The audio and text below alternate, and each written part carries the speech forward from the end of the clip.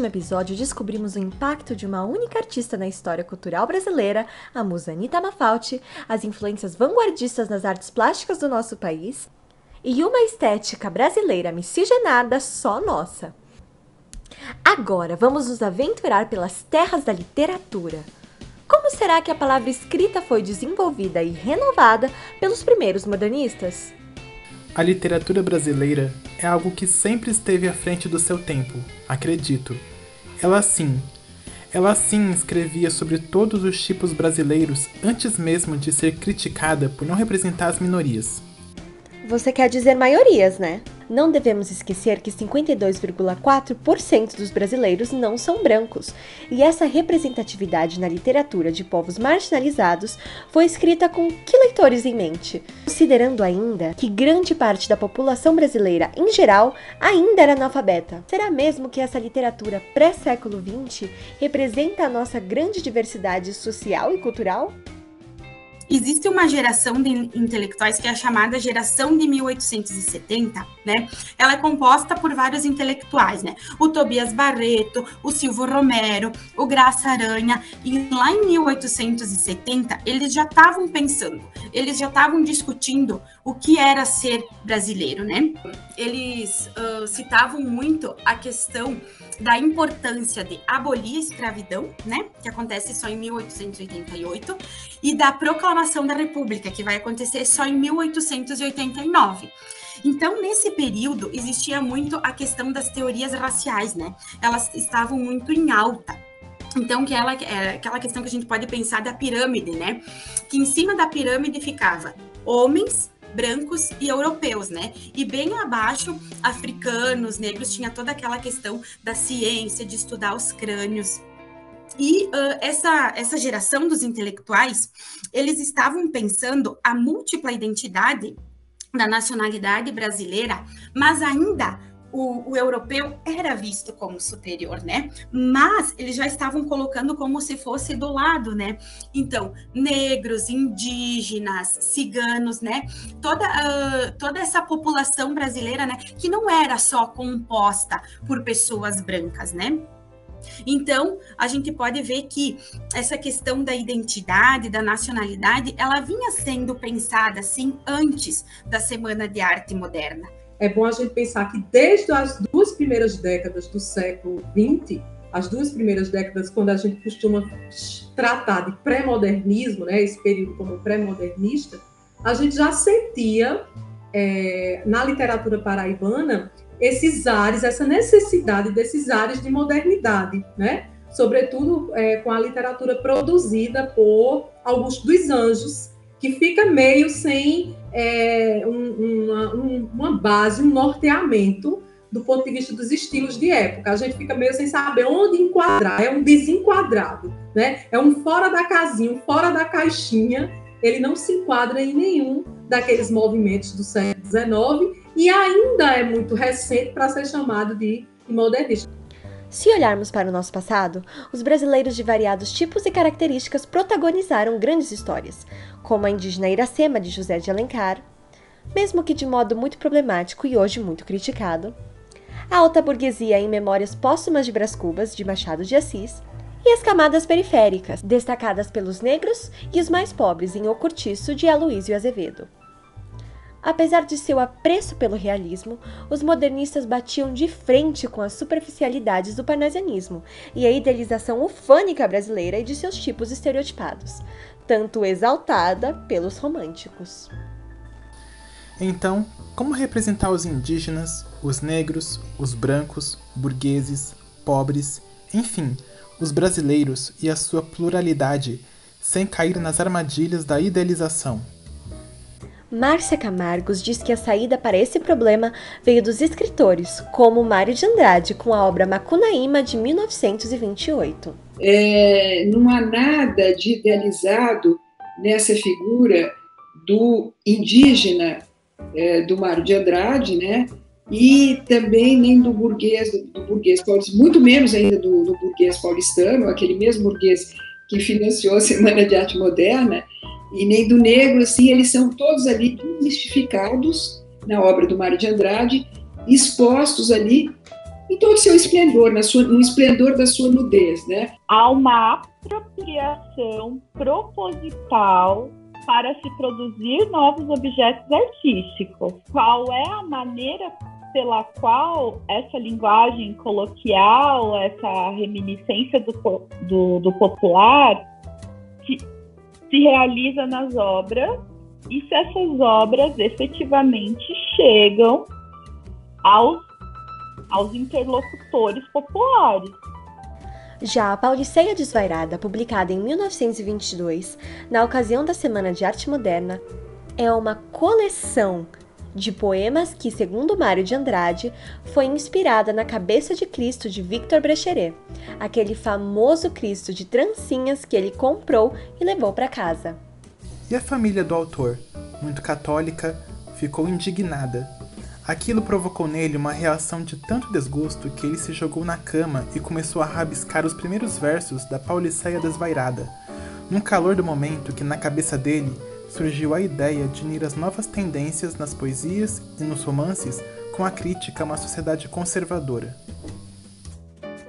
Então, esse livro foi muito polêmico, justamente devido a esse uso livre da métrica, né, da ausência de rima e um linguajar coloquial irreverente que era de propósito pontuado de erros gramaticais, assim como que para protestar contra as correntes hegemônicas. Então a gente lembra que o Mário de Andrade ele adorava utilizar melhor com i, entre outras brincadeiras que ele fazia justamente para confrontar, né, o status quo. E como o próprio nome diz, Pauliceia Desvairada tem como plano de fundo a cidade de São Paulo e traz a relação ambígua que Mário de Andrade tinha com essa metrópole em construção acelerada, que ele amava tanto e ao mesmo tempo odiava. Foi essa questão da metropolização da cidade que marcou toda a obra dos escritores modernistas. E junto com o conteúdo crítico de tudo o que acontecia na capital paulista, a obra também inovou na maneira de fazer poesias.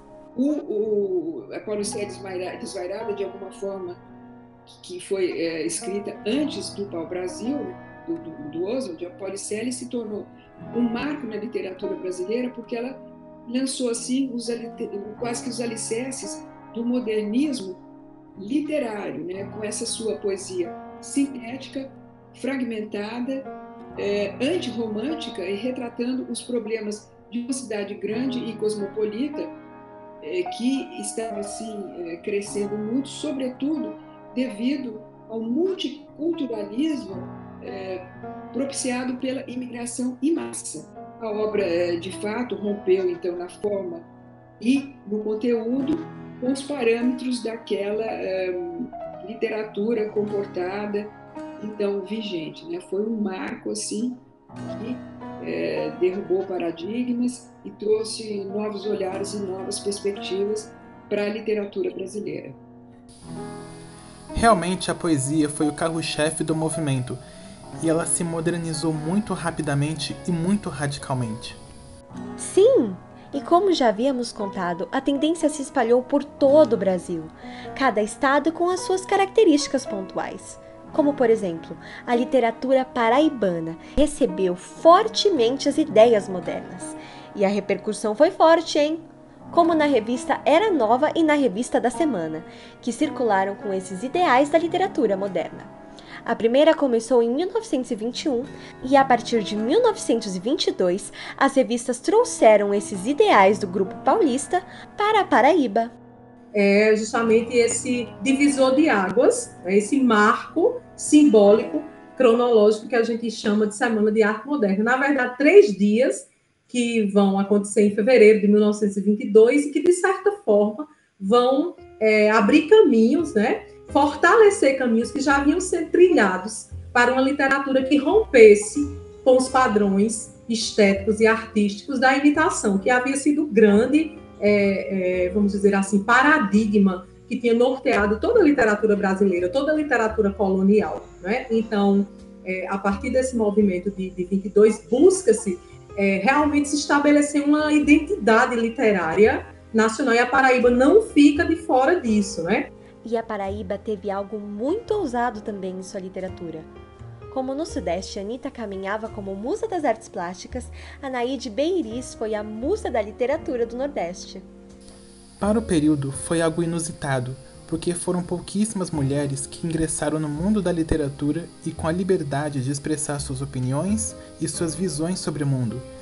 E Anaíde Beiriz, para quem não sabe, foi um dos ícones feministas do modernismo paraibano.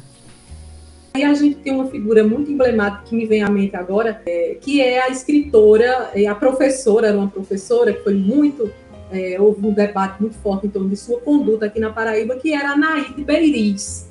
Essa poetisa, ela era chamada a Pantera dos Olhos Dormentes, era uma mulher à frente do seu tempo, que teve um papel todo importante na escrita de textos, né, do ponto de vista formal, rompendo com as barreiras formais do gênero e também conteudística. Ela traz temas eróticos para a sua literatura, uma mulher empoderada. Mas com tantos acontecimentos e inovações artísticas, há uma pergunta que não quer calar. Quem foi o poeta que levou o modernismo para o Nordeste, Patrícia? Gilberto Freire ou Joaquim Hinojosa? Isso gerou uma polêmica muito grande, né? Existem estudos, cartas, livros, artigos reclamando a influência do romance de José Américo de Almeida, A Bagaceira, que é um romance, hoje, né, na maioria dos livros didáticos e alguns estudiosos apontam como grande o regionalismo de 30 surge com A Bagaceira em 28, né, de José Américo de Almeida, que é aqui da cidade de Areia. E o Hinojosa, ele diz que A Bagaceira é um romance universal, né?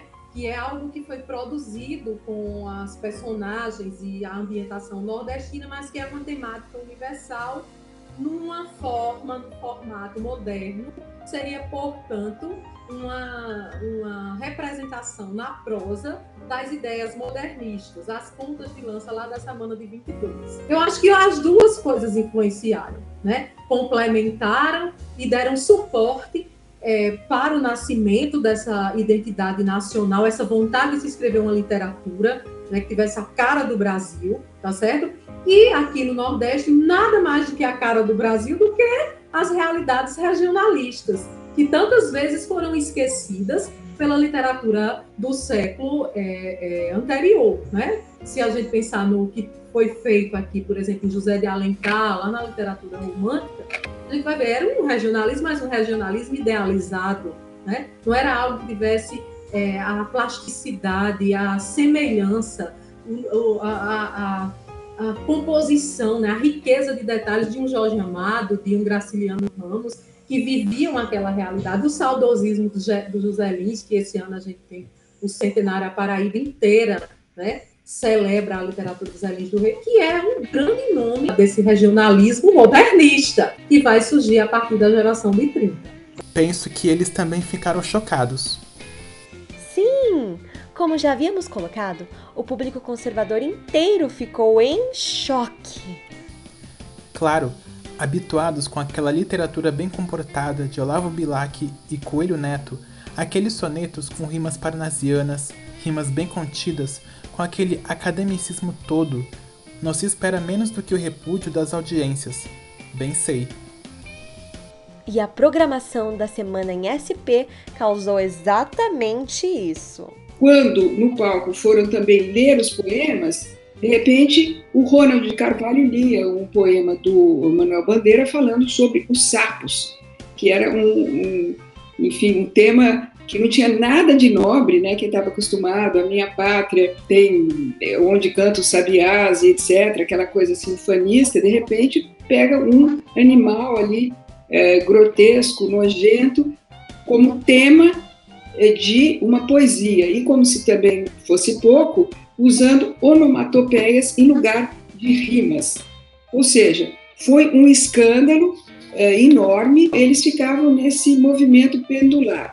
Ora, eles partiam em defesa da internacionalização ao difundirem, né, ainda que com um certo atraso, as doutrinas em voga ali no Velho Continente, justamente numa tentativa de manter o ritmo, o passo com o que era ditado pela França, e especialmente, claro, por Paris, que aglutinava naquele momento, nos chamados Anos Loucos, Les Années Folles, o que havia de mais moderno em termos culturais e artísticos, e ora eles lutavam pela brasileirização da criação artística e literária, né? No entanto, Márcia afirma que essa guerra contra a importação cultural deixou de lado as populações mais pobres, excluídas do sistema capitalista. De novo pontuamos, será mesmo que a nossa literatura representa a nossa grande diversidade social e cultural? Eu acho que havia, assim, o desejo político por mudanças, que é natural a qualquer movimento que se diz de vanguarda e que reúne jovens, né? Mas a gente não pode esquecer as contradições desses atores. Como eu disse, era uma galera relacionada à alta burguesia e à aristocracia do café. Inclusive, essas instâncias econômicas e financeiras financiam, de alguma maneira, a própria existência da Semana de Arte Moderna. Então, a gente não pode se esquecer disso, porque o dinheiro tinha que sair de algum lugar, e de onde que saiu? Havia uma espécie de desejo político no sentido de mobilização da arte, e a arte amalgamada à sociedade, em consequência, mobilizações sociais. E a solução para essa ambiguidade no modernismo brasileiro surgiu mais tarde com o poeta e crítico literário Antônio Cândido em A Antropofagia. Essa ambiguidade que o modernismo jamais conseguiu solucionar, ele teria, segundo o Antônio Cândido, encontrado na antropofagia a resposta assim, mais lúcida e criativa para essa questão.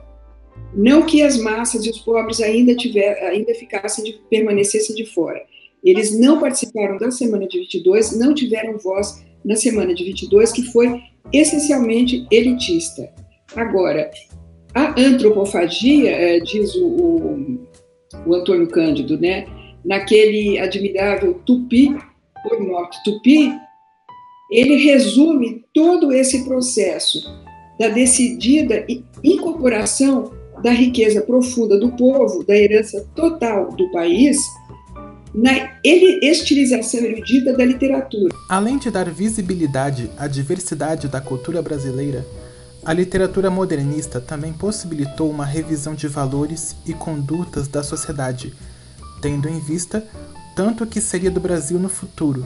E com tantos desdobramentos e impactos culturais que foram além de São Paulo e de poetas como Mário de Andrade, qual foi o principal legado da literatura modernista brasileira? Talvez o principal legado seja justamente de ter colocado a literatura brasileira num patamar internacional, né?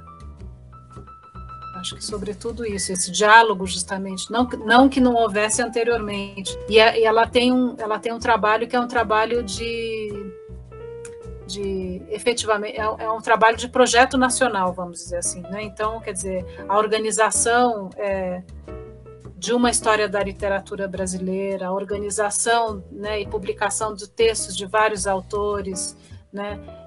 Encontrar o tom dessa narrativa, como essa narrativa é disseminada internacionalmente. Então, eu acho que esse é o maior legado, né, que esse momento deixa para o país, vamos dizer assim. Já no próximo episódio, as vaias vão ser musicais. Descubra como o grande compositor Villa-Lobos e outros dos seus contemporâneos comporam a música modernista e fizeram uma identidade musical brasileira como as conhecemos hoje.